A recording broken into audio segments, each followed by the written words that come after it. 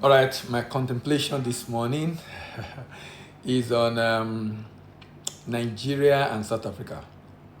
Why Nigerian export is actually, why South African export is more than 100% of Nigerian export.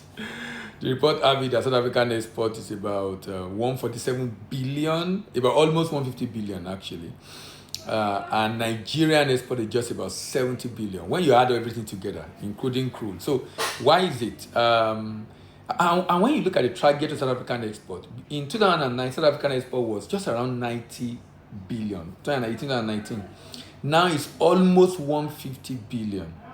But Nigerian export in 2018 and 19 was around 53, 54, 55 billion.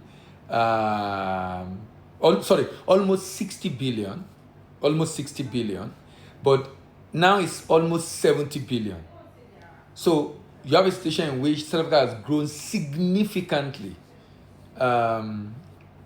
much more than Nigeria. But if you look at landmass, if you look at population, Nigeria is a lot bigger, and we call ourselves giant of Africa. I think that giant is many, many years ago, because when you look at our GDP right now, it's about 200 billion because of the and one of the way we can grow this GDP, generate dollar, earning dollar, because then it will add. Because if you look at the calculation for what's the name for GDP, it's export minus import, apart from the government spending, investment, and consumer and the like, and consumption and the like. But export minus import, if we'll be able to increase this export, we're going to grow the GDP. That's why, of course, when you look at many countries around the world, countries that grow export, so the country that have, when you call developed country, or when they have high GDPs or high per capita income, they are countries that actually do a lot of export. If I go and check, top exporter are also countries with top GDP in the world. So now, my focus this morning is on why is it that Nigeria has not been able to grow its non-oil export and South Africa be able to grow? What does South Africa do? Number one, you will notice South Africa is diversification. You know, if you look at Nigerian export, you notice that about 85% of Nigerian export is crude oil and gas. So if you look at Nigerian export, in fact, if you now add agro commodity, it's funny because if you add agro commodity to it, at the end of the day, you realize that almost 90% of Nigerian export is as assisted by nature. You know what that means? As assisted by nature. That means what we are exporting is exactly what the nature gave us, almost in the primary form with little or no processing. But look at South Africa. Apart from gold, which is about 15%, platinum, which is about 13%, and then iron ore, ferro alloy, which is probably about 5%, and agri, which is very small, maybe about 10%, majority of the export of South Africa is manufactured goods, either within the auto sector, within the machinery sector, within the chemical sector. Diverse export, which is why also the economy is not badly affected when there is a change in crude oil. They don't even export crude oil anyway. They even import to produce in their country. So they are not badly affected because they don't rely too much on this. So diversification, number one. Infrastructure to move goods from the interland into the port for the able to be able to ship the good out either by air or by sea. If there's one thing we need to work on also in Nigeria, is infrastructure. The rail need to work. The way we are moving good right now by road, it's not just destroying the road, it's increasing the cost of export and it's making it difficult to be profitable in export business. Infrastructure. Another thing I noticed South Africa have been able to do is to maximize trade agreement. Apart from the SADC, Southern African Development, we have the COMESA that combines Southern Africa and East Africa, and they are leveraging on it a lot.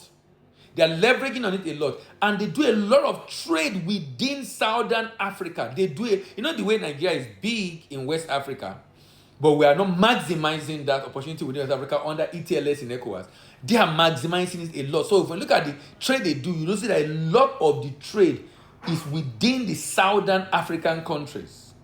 Unlike we're not taking advantage of those opportunities within our environment. So apart from trade agreement taking advantage of, diversification, like I said, infrastructure building, but they also have a very good regulatory environment. Nigeria have had a lot of policy somersault. Emefiele was leaving, start the RT 500 FX, RT 200 FX. The new CBN governor came and stopped it. You know, sometimes you can't even plan. Because when the new person comes, you don't know. You know, somebody will just throw away the baby with bath water. Because if you look at the 5 pillar of the IoT 200 FX, there are 2 or 3 of that is very necessary. Particularly the one that involve giving incentive. Because every country give incentive. Every country give incentive. China, the largest exporter in the world, give incentive to exporters. Nigeria have only EEG, and the EEG is not working.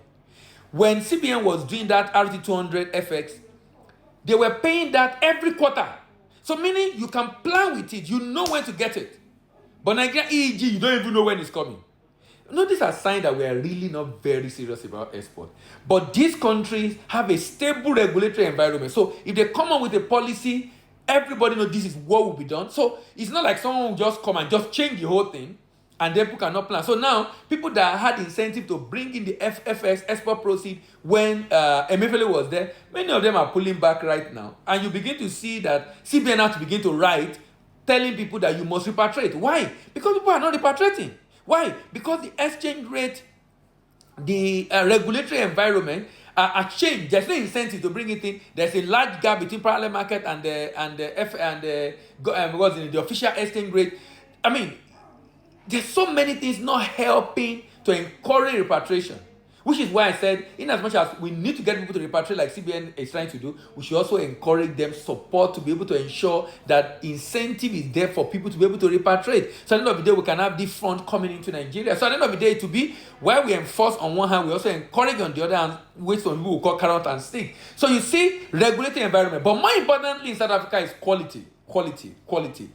And do you know, I noticed that thing in ShopRite. When ShopRite came into Nigeria, a number of our value add, they were importing most of the thing they sell in Nigeria from South Africa. They were rejecting our own product. They forced us to upgrade. So today, we have improved significantly because they insist that there's a minimum standard for any product that will be sold or put on their shelf. That's exactly why also they are thriving around the world. So if you're going to go into export, ensure you don't deal with quality, particularly if you are dealing with food, ensure that approved, but more importantly also have good quality packaging that will make it look attractive. In summary, South African export is almost or more than 100% of Nigerian export, because South Africa is taking export a lot more seriously than we are taking it serious in Nigeria. In Nigeria, I'm taking it serious across. And let me commend 2 states. I noticed I attended a conference done by Castina. Castina did their own this week, and Bonundu did, I think, before the holiday. These 2 states organized event on export, virtual event to encourage export, which is commendable.